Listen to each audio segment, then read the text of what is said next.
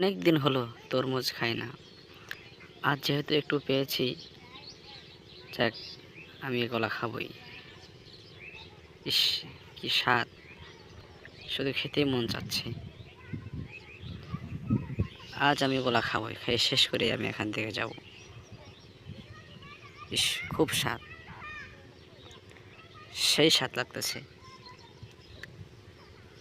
আজ আমি শেষ করব। আমি ওগুলা খাবোই।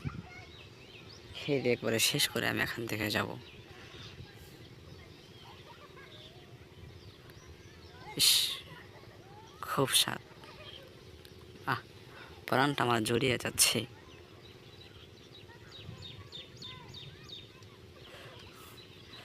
যে তরমুজটা রেখে গেছে তাকে ধন্যবাদ বন্ধু।